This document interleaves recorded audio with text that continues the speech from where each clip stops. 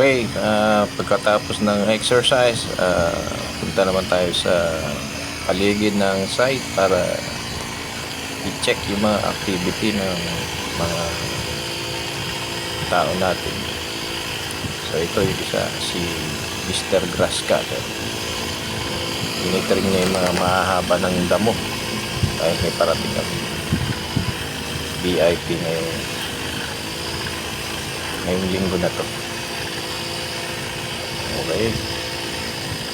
Oo.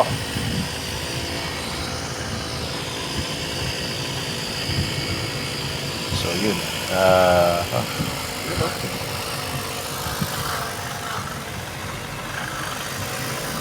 Okay, mag-ingat kayo.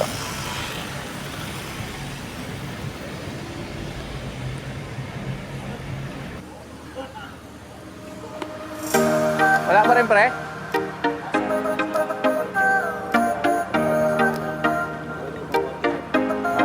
Sino dumating?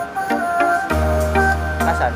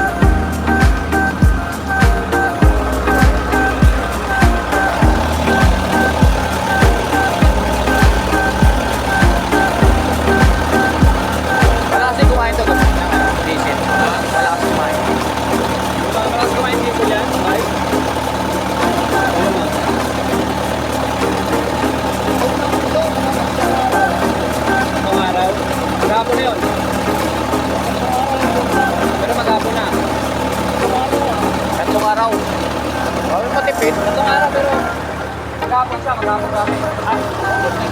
Anong full tank niya? Ilang litro? Ang dalawang ganyan.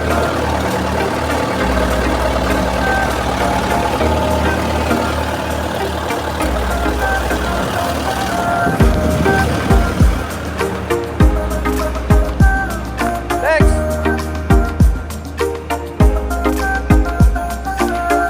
Nakailaw ka. Lex!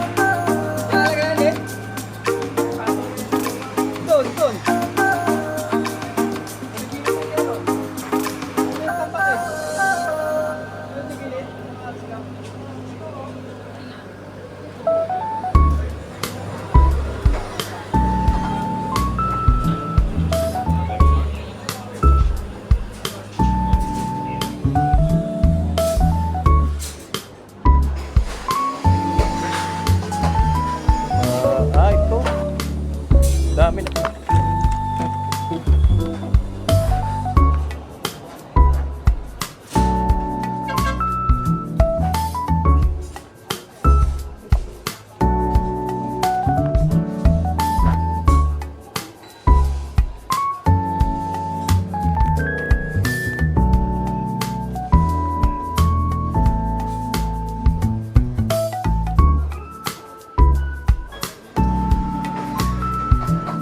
Thompson!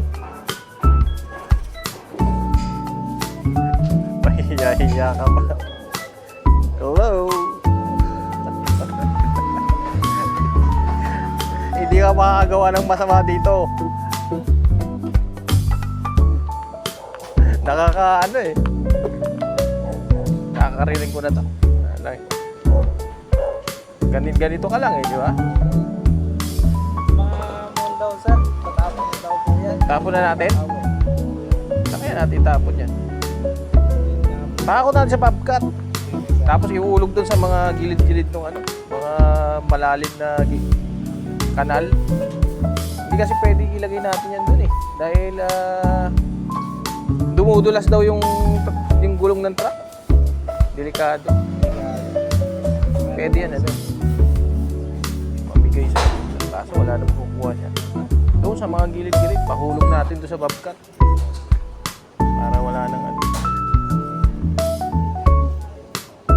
Pwede yan gawing apakan eh.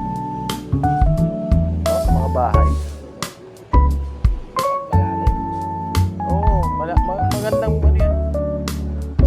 Kailang sila kukuha.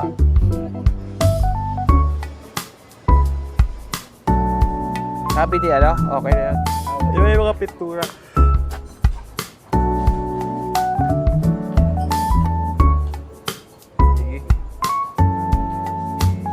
Papalinis tayo eh. Bukas may bisita eh.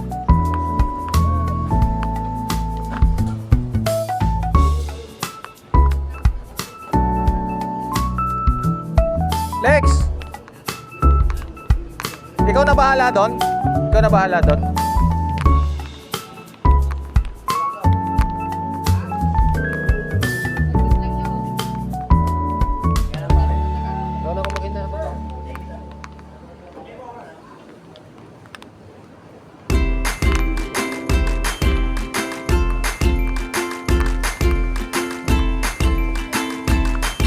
Saan kayo? Tirahin niyo nandun sa may bakalan yung bakod. Lahat ng magahin muna kayo, hayaan. Nag-subscribe na ba kayo? Ha? sunod. Ito, puro kayo.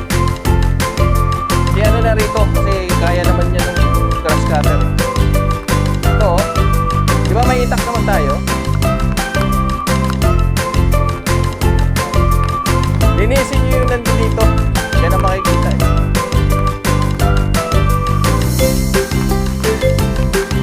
Yan yung mga nagkanohan ng damo. Tsaka doon sa kabila, may nagmatataas ng damo. Yan, tirahin nyo yan. Tapos, patayin nyo yung umakyat na sa poste.